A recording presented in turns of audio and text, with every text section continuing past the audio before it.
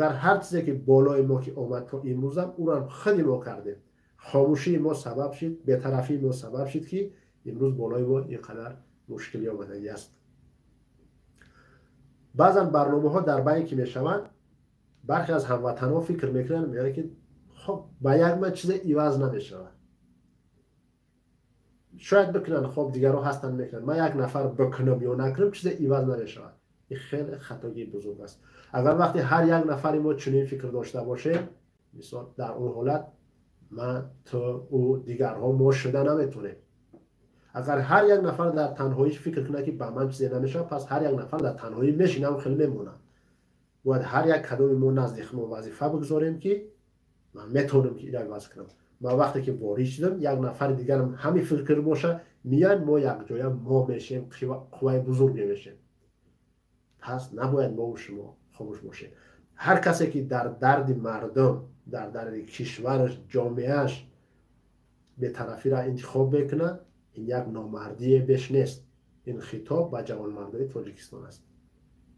یگان جوانمرد نباید امروز خاموشی را اختیار کنه. هر جوانمردی که هسته، بازم میگم به مادرها و خواهرها کار ندارم و فیروزه یگان پرتنزیا به اونها نیست. جوانمردها دفاع کردن، حمایت کردن وظیفه ما و شما است. نباید کسی خاموشی را اختیار کنه. هر کسی که امروز خاموشی را اختیار میکنه برابری هم است که از میدان نبرد فرار کردگیه. یک قصه است، شاید در یادم نیست در کجا خواندگی بودم، شاید اگر اشتباه هم شاید اگر باشه اون کس انشالله که اصلاح کنه. در یک منطقه وقتی که جنگ می شود، هجوم میکنن، مردان این کشور میخیزن دفاع میکنن و یکی از مردان فرار میکنن. میترسه از جنگ، فرار میکنن و بعد از اونی که خب دیگر تعداد زیاد کشته میشه از اون منطقه، دیگر همه که آرام میشه و بعد از اون جنگ نبرد،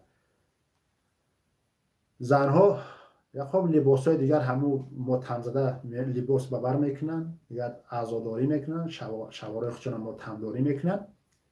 یکی از زنها همون زنی نفری که شوهرش فرار کرد در برابر زنها اونم ناله و فغان میکنه و متهم شوهرش میکنه. بعد سوالش میکنن، میگن شوهر تو که زنده هست برای چی تو در برابر ما جا نشسته ای؟ مقصد که ناله داری، فغان داری، متهم شوهر تا داری. میگه او شوهر وقتی که فرار کرد همون وقت برای من مرد نیست، او همون وقت برای من وفات کرد.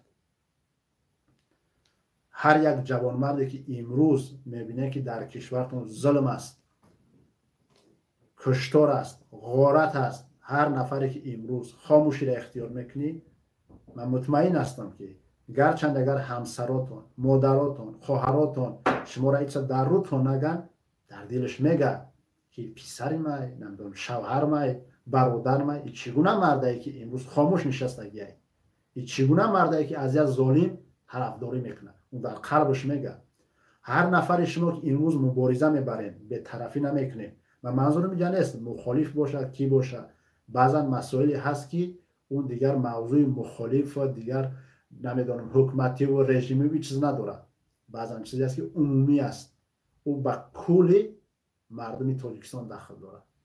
من مطمئن هستم که بعضا نفرایی که امروز شما سر صدا بلند میکنین، ضد ظلم حرف میزنین، در حالتی که مادراتون میشوند ناراضگی میکنن، همسرتون هر چی باشه، مطمئن باشه اونا در قلبشون به شما فخر میکنن.